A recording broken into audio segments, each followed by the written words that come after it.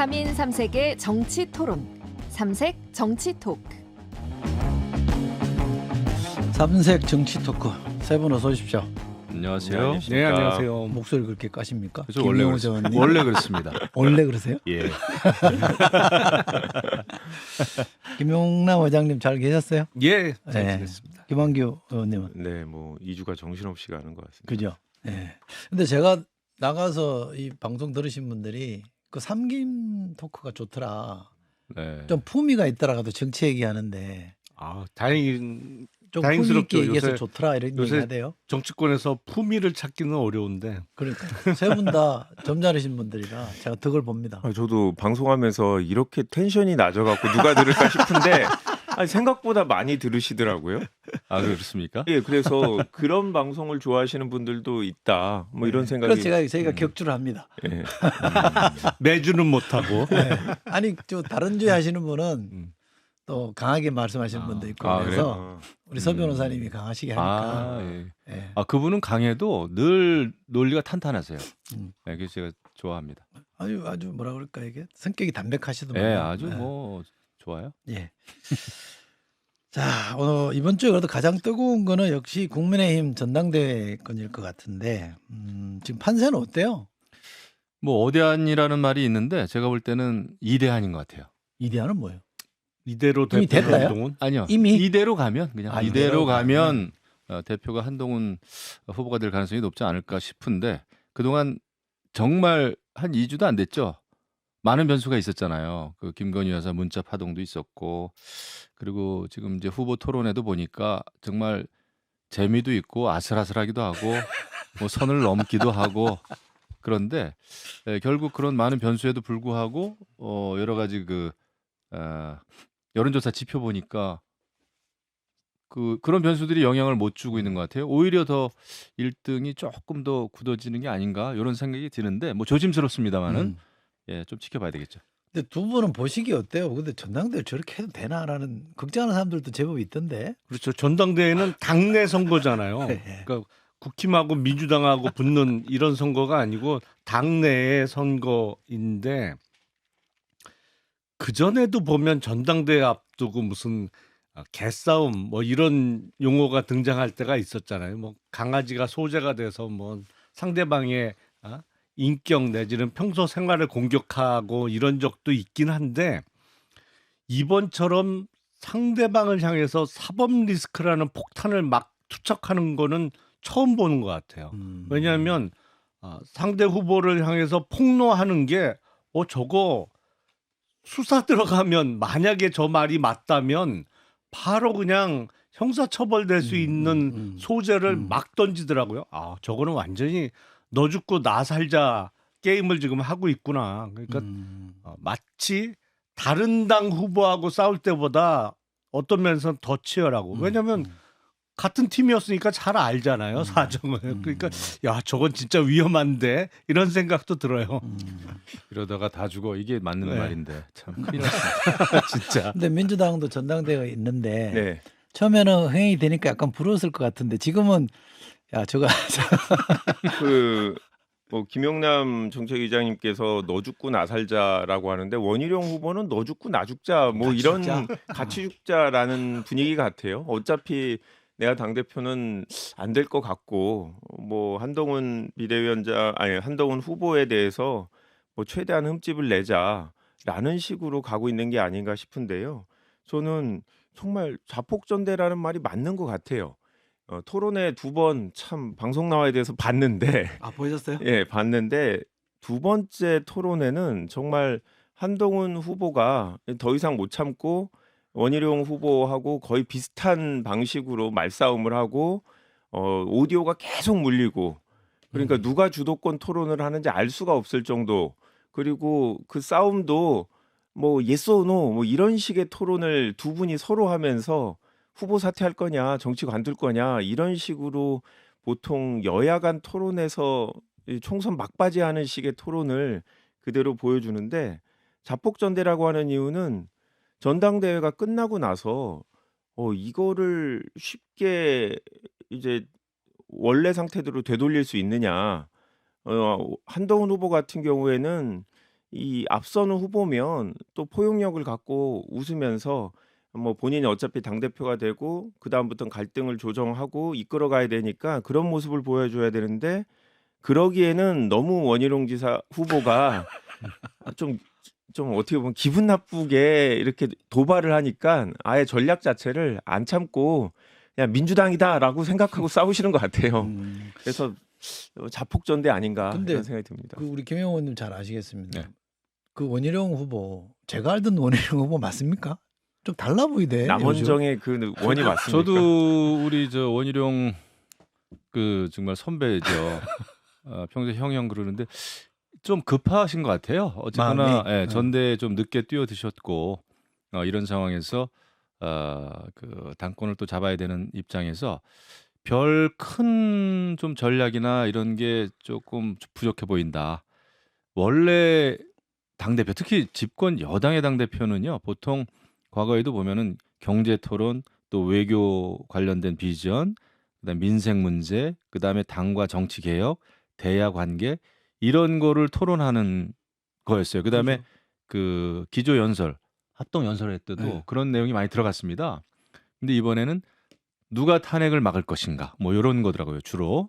그다음에 뭐 배신자 프레임이라든지 이런 건데 너무나 이거 좀 작아졌다 당 대표 후보들의 어떤 그 그릇이 그런 생각이 드는데 하나 그래도 조금 희망을 찾자면 국민의힘의 현 주소 민낯이 저는 드러나는 것 같아서 이거 잘하면 그래 이제는 뭐 덮어둘 것도 없이 예를 들면 여태까지 당정 관계 잘못됐다는 거 다 인정합니다. 내 후보 그 해결해 나가야 되는 방향은 조금씩 다르지만 그 다음에 솔직히 김건희 여사 리스크 이것도 상당히 이번에 문자 파동도 있습니다만은 이러이러한 게 있었구나라는 게 세상에 알려졌어요. 어쨌거나 그렇다고 한다면은 앞으로 제대로 된 당정 관계 그다음에 또 김건희 여사의 여러 가지 문제를 또 해결하는 방안 뭐 특별 감찰 관제가 됐든 뭐가 됐든 그런 것도 또 필요하고 부속실 같은 것도 이런 거를 우리가 그 해결해야 될 과제들을 명확하게 알 수 있었다는 거는 저는 소득이라고 보는데 그럼에도 불구하고 이제 전대 끝나면 우리가 여당 안 할 거냐 말이죠. 이렇게 심하게 싸우는 거는 선을 넘는 거는 좀 걱정이 되는데 뭐 저는 잘 또 그거를 이겨내는 게 정치력이 아닌가 생각이 듭니다. 근데 뭐 과제를 몰랐던 건 아니잖아요. 그래도 이 정도였는지 몰랐죠. 이 정도였는지 몰랐죠. 국힘 내부에서만 모르고 계셨던 거 아니에요? 개혁신당 신경 쓰세요.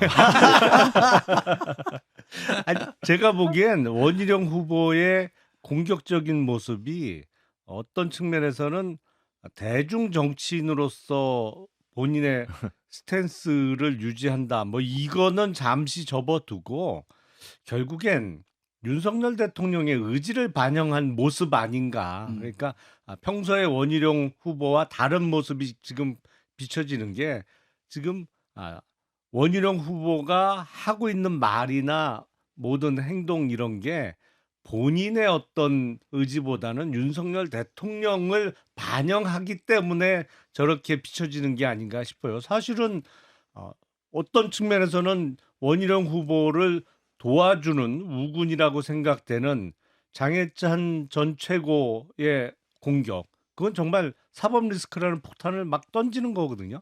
법무부 장관 시절에 너 댓글팀 운영했지, 이른바 여론조성팀 운영했지, 이거는 뭐 법 위반이 바로 몇 가지가 후루룩 나오는 사안이에요. 그게 사실이라면. 근데 장해찬 전 최고는 일각에서는 뭐예요? 윤석열 대통령의 무슨 양아들 뭐 이런 얘기를 들을 정도로 측근으로 인정받았던 사람인데, 그런 사람이 그런 그 공격을 한다는 거는 원희룡 후보와 마찬가지로 다 저게 결국엔 용산의 뜻이구나, 용산의 현재 입장이구나, 이런 생각이 듭니다. 민주당 입장에서는 수학이 있죠. 말씀하신 대로 한동훈 후보가 장관 때 만약에 정말 공직을 이용해서 공무원을 활용해서 그렇게 댓글 팀을 운영했거나 아니면 뭐 보수를 줬거나 이렇다고 하면 충분히 문제될 수 있는 건데, 장해찬 최고의 얘기를 들어보면 그냥 어디서 들은 게 아니잖아요. 본인이 어떻게 보면 그 안에서 같이 당시 최고위원으로서 방송이나 아니면 공개적인 발언을 통해서 한동훈 당시 법무부 장관을 띄워달라라는 부탁을 받고 같이 활동했다라는 것 자체가 저희한테는 되게 큰 수확이고 또 한 가지 김건희 여사가 문자를 보냈다는 것 자체, 그러니까 선거판이 총선 과정에서 대통령실이 여사가 직접 관여하고 있는 거를 이분들은 문제라고 생각하지 않고 그냥 공개를 하는구나. 게다가 진중권 교수를 포함해서 방송에 많이 나오는 패널들을 여사님이 영부인이 직접 교류하면서 관리하고 있는 게 지금 현실이구나. 국민들이 몰랐던 것들을 알게 돼서 가뜩이나 뭐 대통령에 대한 비호감에는 김건희 여사가 한몫을 하는데 이번에 더 커지고 있다. 저로서는 국민의힘의 전당대회가 흥행일진 모르겠지만 민주당에 오랫동안 갖고 갈 수 있는 무기를 막 던져주고 계신다. 지켜보고 있다. 말씀드립니다. 심각 표정이 좀 굳어지셨어. 굳을 수밖에 없죠. 여당인데.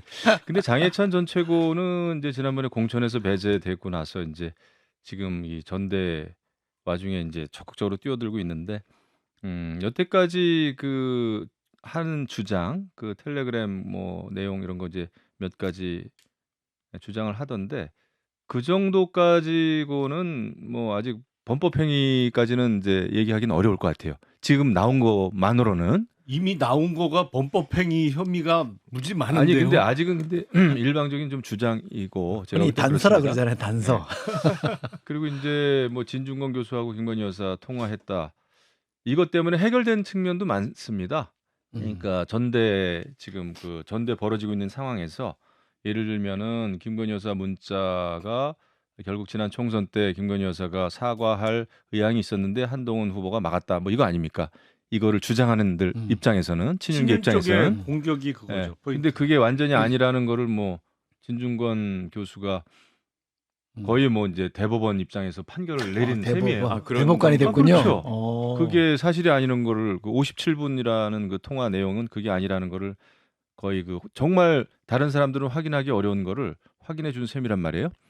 그렇게 해서 그게 안 먹혔고 뭐 그렇습니다. 그래서 어쨌거나 우리가 이제 리스크가 많이 지금 돌출이 됐는데 이거를 이제 관리해야 되는 그런 게 이제 우리 국민의힘의 과제인 것 같아요. 2008년인가요? 네. 그 당시 대선 앞두고 이명박 후보와 박근혜 후보 간에 치열하게 경쟁했잖아요. 네. 그때가 역대급으로 뭐 아, 심각하다 그랬는데 그때에 비하면 어때요? 제가 지금하고. 그때 사실 그런 일이 있었습니다. 그때 제가 사무부총장이었는데요. 그 박근혜 비대위원장 시절에 MB께서 저 한번 부르시더라고요. 그래서 이제 안가에 딱 갔는데 그 여러 가지 이제 대통령 총선 되시고. 대통령 마렵이죠. 음. 그러니까 MB 대통령 마렵이죠. 지금 2012년. 말씀하신 건 2007년 경선. 대선을 대선 경선 앞두고 때. 당시 이제 네. 이명박 후보, 박근혜 후보가 그때 붙었던 대선 경선 말씀하시죠. 뭐 하는 대선 얘기 많이 경선, 하시고 네. 교양이 끊었으니까. 제가 왜냐하면은 이 말씀을 드린 이유는 그때 MB께서는 총선이 이렇게 흘러가는구나 라면서 그래도 비대위원장이 할 수 있게 도와줘야 된다. 그때 사실 감정의 골은 굉장히 깊었을 때인데도 대통령은 당대표나 비대위원장이 하는 거에 대해서 한 발 물러서야 된다라는 오히려 저한테 그런 말씀을 하면서 너무 애쓰지 말라. 이게 상황이 그렇다. 오케이. 네, 그건 그게 그렇고. 있어요. 2008년 2007년 대선이죠. 그렇죠. 그치, 원래 2007년 2007년 대선입니다. 그때 저는 이제 MB 캠프에서 그 전부터 이미 4년 동안 이제 쭉 있었기 때문에 너무 잘 아는데 그 골이 너무 깊었는데 이게 결국은 MB 정권이 들어서고 나서도 그 감정의 골이 너무 깊었어요. 그래가지고 이제 친이 친박.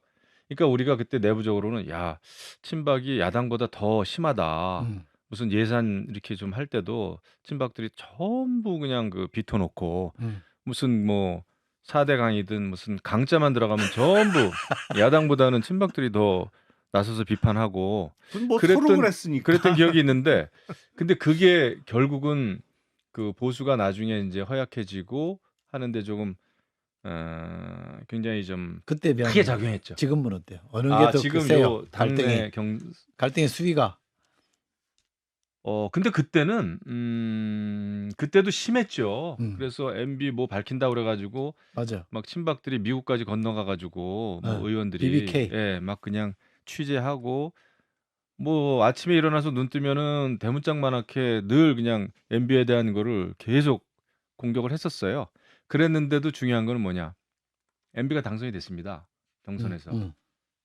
그때도 이제 민심의 표가 음. 더 많이 나와 가지고 당내에서는 졌는데 이게 제일 중요한 거는 민심의 흐름 같아요. 예, 결론은. 좀 답- 뻔한 얘기일 수도 답을 안 있습니다만. 하시네. 아니 하여튼 당시 그 이후에 네. 결국 뭐 BBK 소유주가 누구냐 네. 아니면 뭐 최태민 씨, 최순실 씨의 부친 이런 분들의 의혹이 나중에 다 결국은 확인됐잖아요. 그러니까 야당 입장, 저희 당 입장에서는 접근할 수 없는 정보를 여당에서 서로 이렇게 공개해 줘 갖고 나중에 다 드러났는데 요번도 그런 거죠. 저희들은 그래도 모르고 정권은 있었던 여당 내용들이 그때 우리가 잡았죠. 네, 그렇긴 한데 결론은. 그러다가 폭망했잖아요. 그냥. 그러니까 당내 경선이 네. 선이 있는 것 같은데 지금 원희룡 후보가 약간 선을 넘으려고 계속 하고 있는 것 같아서 밖에서 볼 때 좀 의아해하는 거죠. 그래서 자꾸 저희들이 자폭전대 아니냐라고 얘기하면서 열심히 이제 토론들을 보고 자료들을 정리하면서 나중에 써먹을 거를 이제 준비하고 있다. 저런 차이는 네. 있어요. 그때 친이친박은 그 의원 숫자도 그렇고 이제 뭐 저기 박근혜 정부 들어서도 그렇고 막 굉장히 이게 좀 하나의 큰 거대 양대 세력이었는데 지금은 보면은 그런 것 같지는 않아요. 뭐 그런 어떤 완전히 뭐 50대 50 이런 거는 아닌 것 같아요. 제가 보기엔 뭐 그때보다는 패거리의 규모는 작죠. 네, 지금. 굉장히 집이 작아졌어요. 작아졌지. 예, 네, 맞아요. 뭐 지금 친윤이라고 해봤자 몇 명 돼요, 솔직히. 그리고 지금 줄 당내. 세우기가 없어요. 네. 전화도 안 와.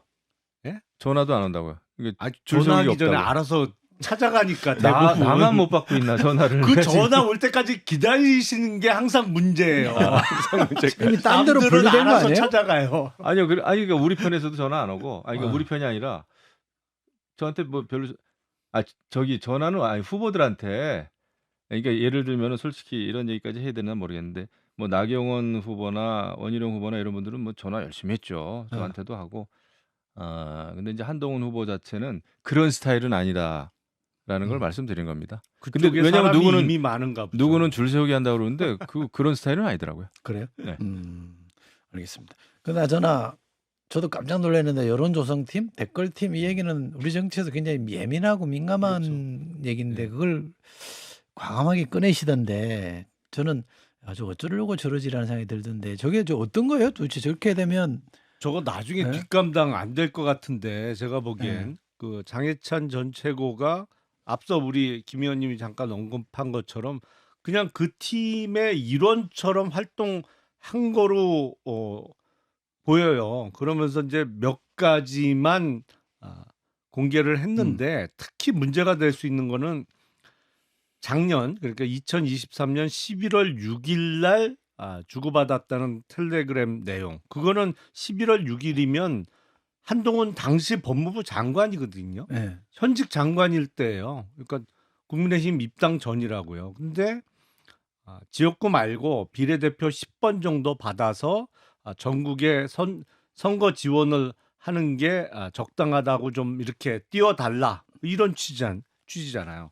그러니까 뭐 댓글팀에서 100번을 양보해 갖고 전원 자원봉사자로 구성됐고 한 푼의 경제적인 어떤 지원도 없는 상태에서 그 사람들이 한동훈 법무부 장관이 좋아서 아니면 우리나라 법무부의 성과를 홍보하기 위해서 그 온라인에서 작업을 했다. 뭐 그건 이해할 수 있겠죠. 근데 내용 자체가 이거는 법무부 장관이 아니고 정치권에 들어와서 비례대표 10번 정도 안정권에 받아서 전국을 지원 유세하는 내용이란 말이에요. 일단 현직 법무부 장관이 할 수 없는 기획해서는 안 된 내용. 일단 국가공무원법상의 정치적 중립 내지는 선거 개입 금지 의무의 위반이고 공직선거법 위반 혐의도 있고 그리고 그 사람들이 유급 직원이었다면 여론조성팀이 당장 정치자금법 위반이 될 수도 있고 그중에 공무원이 섞여 있었다면 법무부 소속이든 어디든 그러면 부하 직원에게 그런 일 시켰으면 직권남용죄가 될 수도 있고 그러니까 그 얘기를 딱 듣는 순간 야 저런 거를 공개한단 말이야? 저도 이- 그렇게 생각했어요. 정말 막 가는구나라는 네. 생각도 들지만 저거 나중에 두고두고 문제 될 텐데 어쨌든 사실 확인은 필요해 보이는 사안이잖아요. 그 범죄 그래요? 혐의가 있어 보이는데 누군가 또 고발하겠죠. 뭐. 아니 그러지 그리고 그게 한두 사람이 여론조성팀을 구성할 수 있는 건 아니잖아요. 그 숫자가 어느 정도 규모 이상은 필요한 작업인데 한두 사람이겠냐고요. 그 관여된 사람들이 그게 끝까지 아니죠. 비밀이 지켜질까 싶기도 하고. 요런 조성 팀이라고 하는 건 아직 전혀 뭐 밝혀진 건 아니고 그건 이제 장해찬 전 최고 주장이죠. 얘기고 어쨌든 주장이고 지금 단계. 그 내용은요. 네. 그 정도 내용은 사실 그 정도 내용이라면 크게 문제될 건 없어요. 그때 우리 모든 정치권에서는 이미 한동훈 법무부 장관이 총선에 나올 것인가 말 것인가 또 비대위원장이 돼야 될 것인가 말 것인가라는 논쟁이 이미 있었고 11월 정도면 그래서 우리들조차도 서로 텔레그램 서로 주고받으면서 야 한동훈 비대위원장은 그냥 선대위원장 맡는 게 낫다. 아니다. 비대위원장 해야 된다. 아니다. 똑같은 얘기예요. 그냥 비례대표 맡으면서 전국을 다니는 게 낫다라는 게 정말 일상화된 이슈거리였기 때문에 그거를 주고받았다고 해가지고 여론 조성 팀까지 가는 거는 저는 너무 많이 나온 것 그거는 같아요. 정말 뭐랄까요 정치권에 계신 정치에 몰입된 분들의 생각이고 자 객관적으로 보면 아직 당원이 될 수 없는 공무원 신분입니다. 그것도 다른 자리도 아니고 엄정한 정치적 중립이 요구되는 그리고 수사를 총괄하는 검찰총장을 지휘할 수 있는 법무부 장관에 있는 자리에 그러니까 당시 한동훈 법무부 장관이 정치권에 입문할 거는 다 예상을 했고 입문하면서 어떤 자리로 올 거냐 구체적으로 논의가 됐던 것도 사실입니다만 솔직히 말씀드리면 당시 한동훈 법무부 장관이 대단히 이례적이고 이상한 법무부 장관이었기 때문에 그런 논의가 있었던 것이지 어디 법무부 장관이 장관으로 있으면서 그런 게 가능해요. 그건 아니, 정말 택도 없는 소리죠. 근데 밖에 있는 사람들이 논의하는 거는 아니 지금 장해찬 가능하지. 전 최고가 네. 주장하는 바는 네.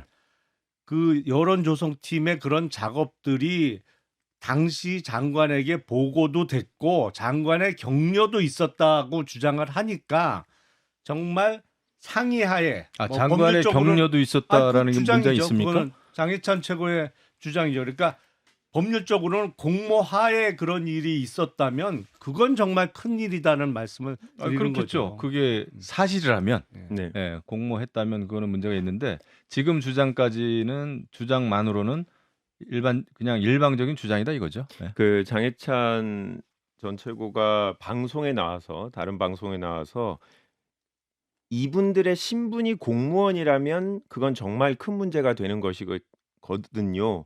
자기가 일주일 동안 얘기하는데 법적 대응이나 조치가 없는 게 어쩌면 이게 가장 민감한 부분이 아니냐. 그건 상상의 영역에 맡기겠다라고 얘기를 했는데 장해찬은 지금 이분은 누군지 알잖아요. 그쪽에 본인하고 교류한 사람이나 같이 활동한 사람이 이 얘기는 현직 공무원이 있었다라는 걸 암시하는 거라고 이제 생각이 듭니다. 그렇기 때문에 한동훈 후보 쪽에서 명예훼손으로 바로 고발을 못 하고 있는 거다. 계속 이렇게 도발을 하는데도 한동훈 후보가 안 하고 있잖아요. 예전에 허위 사실이란 이유로 언론을 상대로 또 아니면 정치인을 상대로 형사 고소를 한 적들이 있었거든요.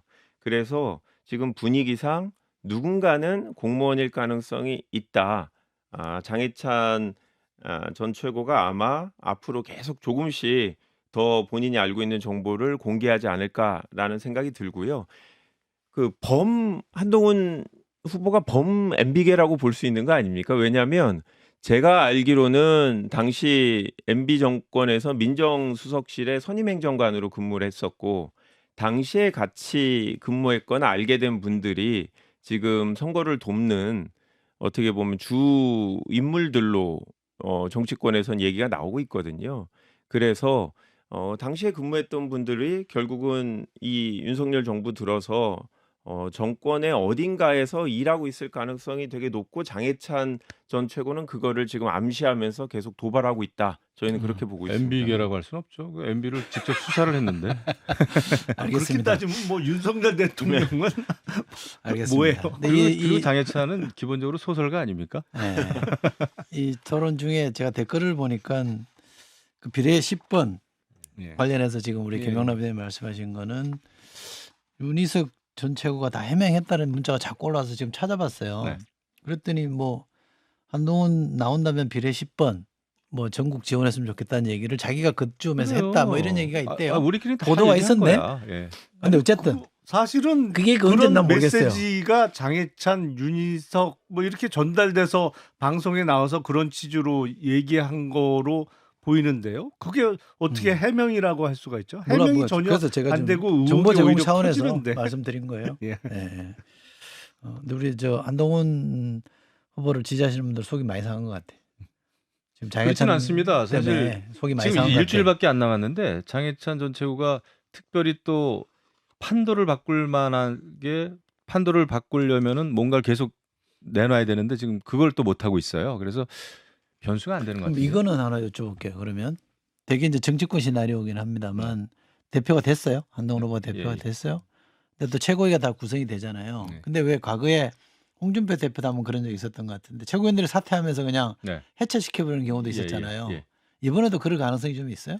그래서 이제 한동훈 후보 입장에서는 본인을 계속 도와줄 수 있는 최고위원들 숫자를 만들기 위해서 러닝메이트로 노력하는 나오는 거죠. 거죠? 최소 그렇죠. 2명을 만들어야 되는 거죠. 네, 그렇죠. 5명 중에 4명이 사퇴되면 해체이기 때문에 맞습니다. 2명이 최고위원이 자기 두 편이어야 명. 됨. 네. 세 명이 돼야 되네 본인 대표까지. 포함해서 이제 3명 되면 그 안전하니까. 가능성은 네. 어때요? 그래서 지금 이제 러닝메이트로 이제 뭐 박정훈, 진종호, 사격하신 분. 그다음에 또 누구 또 한 사람 또 있죠. 아 장동혁 예, 사무총장. 의원 이렇게 하는데 그 최고위원들은 뭐 어떻게 될지 이제 판세는 우리가 뭐 섣불리 예측하기는 어려운데 그래도 이제 그 한동훈을 지지해야 되겠다 생각하는 사람들은 누가 러닝메이트인지는 알죠. 이게 당원들이 대상이다 보니까 일반인들이 아니다 보니까 알고는 있습니다. 아마 진종호는 진종호는 청년 최고라서. 네, 청년 최고 몫으로 이미 사실상 된 거 아닌가요? 그렇게 한 명이에요? 아니에요. 후보들 많이 있어요. 아, 전체적으로. 5명인가 그런데 다른 분들은 원외죠. 예, 지금 네. 진종호 의원만 이제 현역 비례이기 때문에 아무래도 인지도 면에서 좀 차이가 나는 것 같다라고 보이고요. 저희가 볼 때는 뭐 장동혁 전 사무총장도 지난 총선 과정에 인지도가 상당히 높아졌고 그래서 가능성이 있고 박정훈 의원도 아무래도 종편 앵커 출신이다 보니까 상대적으로 다른 후보에 비해 인지도가 있어서 최소 2분 정도는 돼서 지도부가 그러면- 유지될 수 있는 구조로 시작하지 않을까 그럼 그렇게 흔히 보입니다. 예상하듯이 용산에서 억지로 쫓아내는 건 불가능해지네, 그죠? 그렇죠. 그 숫자 가지고는 안 되죠. 그냥 뭐 최고위원들 사퇴하면서 무너뜨릴 수는 없죠. 모르죠. 근데 윤리위원장이 또 어떤 사람이 될지 아, 이번에 모르니까. 윤리위원장 바뀌었더라고요 또. 네. 윤리위원장은 왜요? 아니 윤리위 통해서 한번 쫓아낸 적이 있잖아요. 아, 또 그 방식이 있구나. 그건 다 대표가 임명하는 거 아니에요?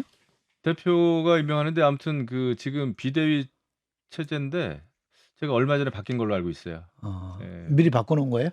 예, 뭐 황우여 비대위원장님이 이렇게 하셨는지 아무튼 근데 이제 그것도 여론 또 쫓아가니까요. 지난번에 그 윤리위에서 이준석 전 대표 그 쫓아낼 때 굉장히 시끄러웠기 때문에 그것까지 판박이로 하기는 같은 너무 방법을 부담이 두 번 쓰긴 있겠죠. 좀 어려울까요? 예, 음. 그래서는 안 되겠죠. 그 얘기는 그쯤 하고요. 최상병 특검 관련된 얘기 좀 해보죠. 임성건 전 사단장 구명 관련된 녹취가 나왔어요. 이놈은 녹취는 안 나오는 데가 없어요. 뭐 시대적인 대세인 것 같아. 이건 어떻게 보세요? 민주당이 먼저 말씀하시죠. 그러니까 이제 일단 녹취가 나오는 배경들을 이제 아셔야 되는데 압수수색을 하게 되면 그게 이제 포렌직을 거쳐서 그게 수사 기록에 들어가게 되고 또 당시 녹취를 한 그 녹음 대상자 중에 한 명이 와서 그 배경이 어떤지 진술을 하게 되고 이런 것들이 수사 기록으로 만들어져 있는 거죠. 그래서 공수처가 이런 것들을 갖고 있고 요 녹취는 제가 알기로는 10번의 통화에 대한 녹음 파일이 있고 그중에 지금 2개가 공개가 된 거고요. 제보자는 모 변호사라고 지금 알려져 있고 이분이 공수처에서 10개 녹음 파일 사이사이에 어떤 취지로 배경하에서 대화를 했는지 보완 진술을 한 걸로 알려져 있거든요. 그러면 지금 이게 임성근 구명 녹취를 했다라고 하는 도이치모터스 주가 조작범인 이모 대표가 등장을 하는데 이분이 지금 뭐 VIP가 뭐 해병대 사령관이다 대통령이 아니고 아니면 내가 그냥 허풍으로 과시했을 뿐이다라고 하는데 나머지 8개의 녹취가 뭐가 있는지 그리고 어떤 진술을 제보자가 했는지 이분이 잘 모르고 일단 방어를 하고 있는데 이 얘기를 흘리고 있는 쪽에서는 계속 보면서 수위가 더 높은 것들 아니면 이 이모 씨의 반박에 대해서 다시 재반박할 자료를 저는 갖고 있다고 보이거든요. 그래서 저희가 봤을 때는 상당히 큰 어떻게 보면 게이트로 갈 수 있을 정도의 문제가 지금 대기하고 있다. 뉴스에는 지금 뭐 당시 사단장 구명을 위해서 임성근 구명을 위해서 한 얘기만 나오지만 카톡 맨 마지막에 보면 특정 회사 얘기가 나옵니다. 3부에 네. 대한 얘기가 나오는데 지금 공개되지는 않았지만 한겨레를 포함해서 일부 언론에서 확보한 녹취록을 보면 3부 톡원이라는 특정 회사에 대한 얘기가 들어있다라고 돼 있고 3부 톡원이 그 이후에 우크라이나 재건 사업 수주를 하면서 주가가 대폭 올랐고 이런 문제들이라 결국 돈이 연루돼 있고 이 대통령실이 뭔가 관여하지 않았나 이런 의혹들을 갖고 계속 공세가 될 거다. 저희도 지금 나머지 8개 녹취가 뭐인지 모르겠는데 분위기 봐서는 상당히 자신감을 갖고 이 제보자가 이 사건을 대응하고 있다라고 보고 있습니다. 이게 참 그렇죠. 이제 결국은 공수처가 수사를 어떻게 하느냐가 굉장히 지금으로서는 중요한데 근데 이제 이 녹취록을 제보했다고 하는 그 인물도 참 미스테리입니다. 그 아까 이제 변호사라는 말씀을 하셨는데 알려진 바에 의하면 이제 지난 총선에서 민주당으로 나서려고 했다가 이제 공천을 못 받고 그래서 이 녹취록이 또 세상에 나오게 된 그 배경 자체는 굉장히 정치적으로 정부와 여당을 흠집 내려고 하는 그런 취지인 것 같긴 해요. 근데 뭐 그건 그거고 이 녹취록이 가지고 있는 여러 가지 실체적인 사실에 대해서는 수사 이외에는 방법이 없지 않겠습니까? 우리가 정치권에서 뭐 아무리 떠들어봐야 VIP는 누구예요? VIP는 우리가 통상 지금 VIP라고 뭐 하면 이 씨 진술에 의하면은 지금 막 계속 바뀌었다는 거 아닙니까?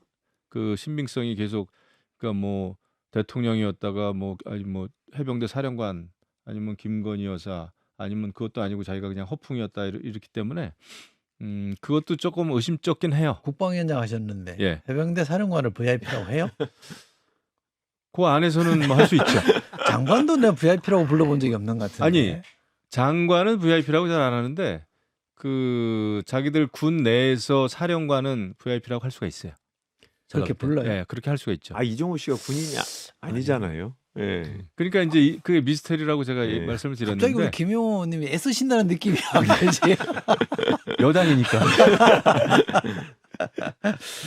근데 그게 이제 이종호 씨의 주장대로 허풍이었다. 내가 VIP에게 뭐 연락해서 구명을 하겠다는 취지의 얘기가 전혀 할 생각도 없이 그냥 허풍 친 거다. 그러면 최상병 사망 사건과 관련한 수사 과정에서 일어났던 여러 가지 일들이 설명이 하나도 안 돼요.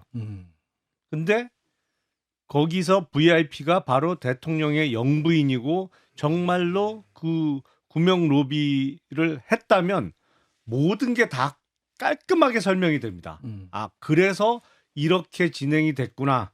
7월 31일 안보실 회의에서 윤석열 대통령의 경로가 있었고 8월 2일 날 해외 출장 가 있는 국방부 장관에게 대통령이 개인 휴대폰으로 3번이나 연달아 전화를 하고 그 이후에 대통령실의 비서관, 뭐 국방부 장관, 차관이 이렇게 움직여서 사건 기록도 도로 경찰에서 찾아오고 최종적으로 국방부에서의 조사 결과에서는 임성근 사단장이 빠졌구나. 이게 깔끔하게 설명이 되거든요. 근데 허풍이었다? 내지는 VIP는 해병대 사령관이었다? 그러면 하나도 설명이 안 돼요. 어떻게 그런 일이 일어났지?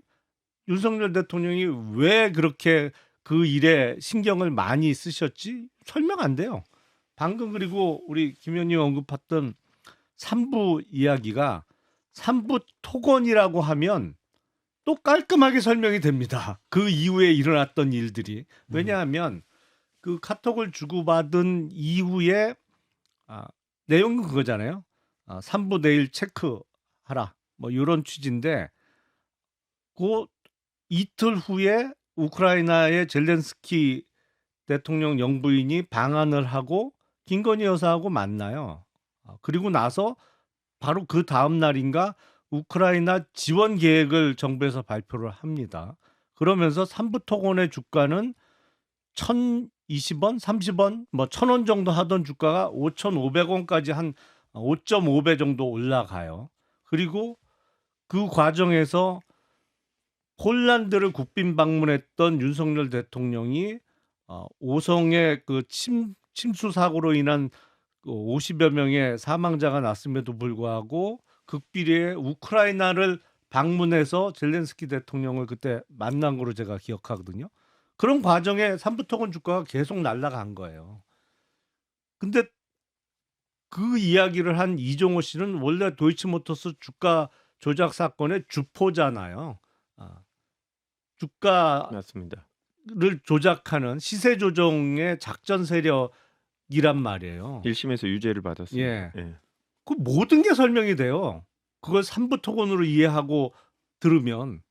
근데 그게 만약에 3부 토건이하고 골프 부킹 1부, 2부, 3부 하는 3부였다라고 그 저쪽에서 주장하는 거로 그 골프 얘기였다고 하면 모든 일이 또 설명이 안 돼요. 골프 3부가 뭐예요? 그게 이제 아침 일찍 이렇게 티업을 하는 게 1부고 그 이후에 2부 맨 시간대별로? 마지막에 하는 게 3부 티업이라는 개념이 있거든요. 근데 거기서 3부가 3부 토건이하고 아니고 골프 부킹 3부라고 주장을 하는데 그러면 설명 아무것도 안 돼요. 또.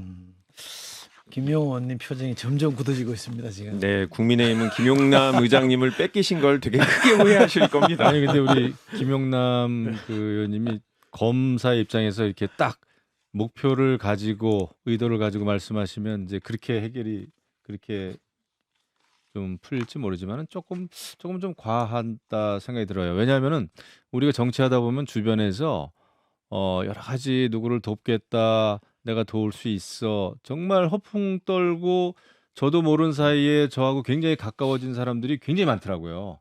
제 사진이 막 돌아다니고. 그래서 그런 것도 좀 감안은 하셔야 돼요. 그러니까 이정호라는 사람도 아니, 그렇고. 그러니까 저도 사실은 네.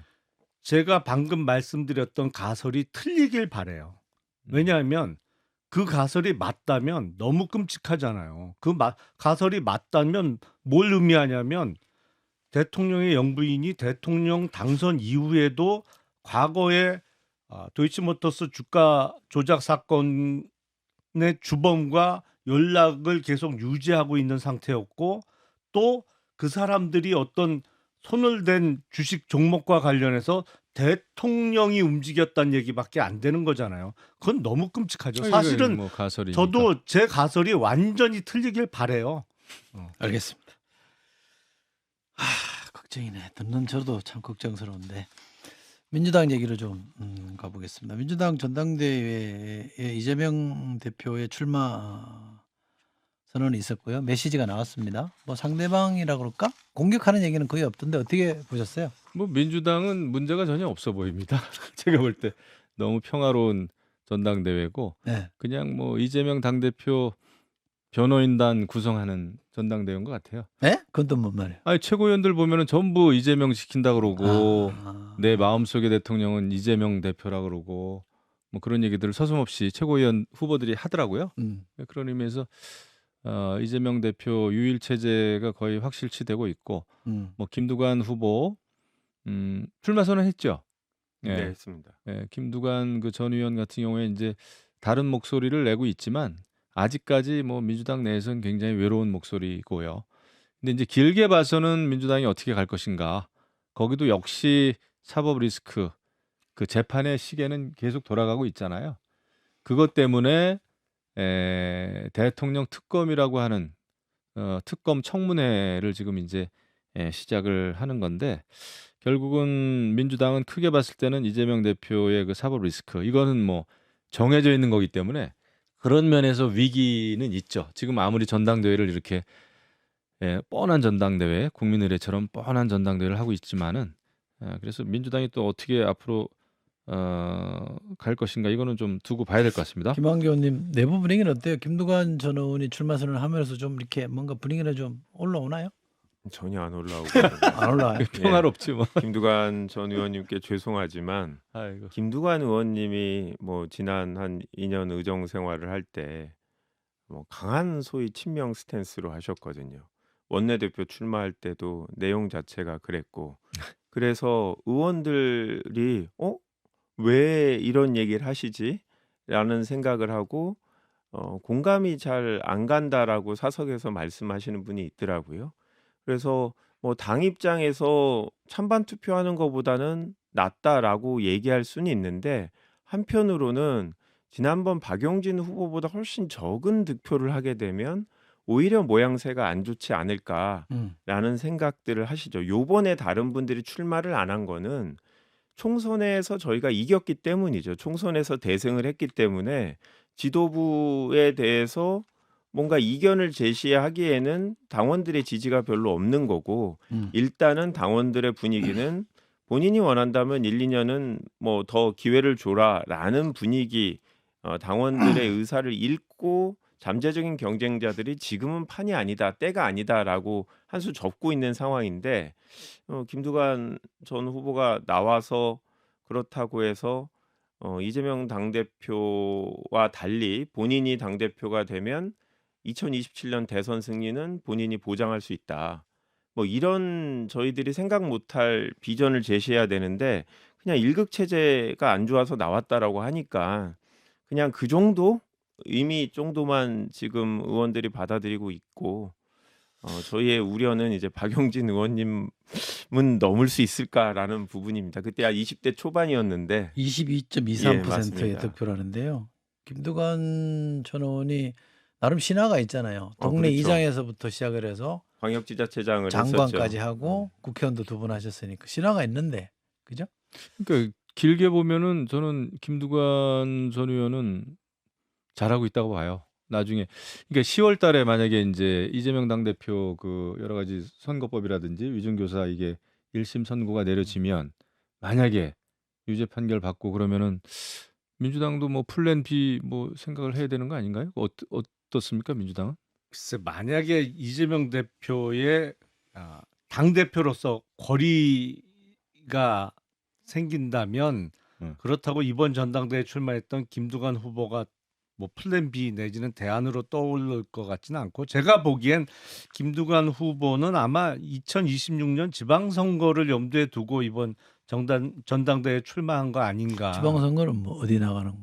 아니 지금 이번 총선에 낙선했잖아요. 네, 그러니까 그러면. 2026년 지방선거가 그나마 가장 근접한 선거인데 경남지사 경남? 그러면? 예. 또 경남지사는 이미 뭐 했기 때문에 조금 보폭을 넓힌다는 입장에서 부산시장 정도는 가능하지 않을까요? 부산? PK 지역 중에 이제 경남하고 붙어 있는 부산시장 아니면 뭐 또 다른 선택을 할 수도 있겠습니다만 정치인들이 가장 두려워하는 게 잊혀지는 거잖아요. 근데 이게 원외로 있으면 참 잊혀지기 쉽거든요.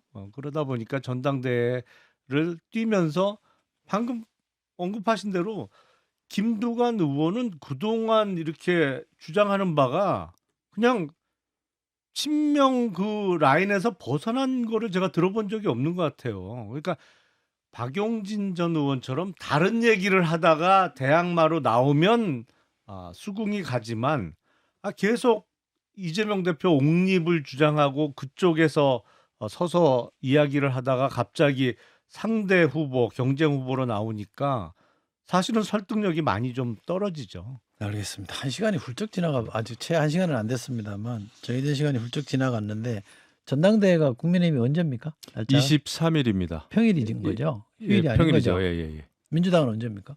이제 8월 20일인가요? 네. 18일 아닙니까? 18일인가요? 네. 이게 민주당 전당대회가 얼마나 밋밋하면 별로 관심이 없어요. 당내 얘기 8월 18일 일요일입니다. 제가 민주당 전당대 일정표 하나 보내드릴게요. 저는 제가 다음 주 토요일 날 그 민주당 제주 도당위원장에 출마해서 재선거만 생각하고 있어갖고 출마하셨어요? 선언하셨어요? 죄송하지만 단독 출마입니다. 그래요? 네. 역시 그럼 되는 거네. 되는 거죠, 뭐. 예. 찬반 투표를 하기 때문에 저희도 원래는 그냥 그래도 저희가 그냥 당선 보통 대의원대에서 했는데 이재명 후보가 혼자 나올 가능성이 높다라고 봐서 그냥 당선시키면 문제가 있어서 이번엔 무조건 찬반 투표를 하자고 했는데 당대표 후보는 여럿이 나오고 오히려 제가 그 유탄을 맞아갖고 자, 오늘 여기까지 하겠습니다. 김영호 전 의원, 김한교 의원, 김용남 정책위원장 세 분 함께했습니다. 고맙습니다. 네, 고맙습니다. 네, 감사합니다.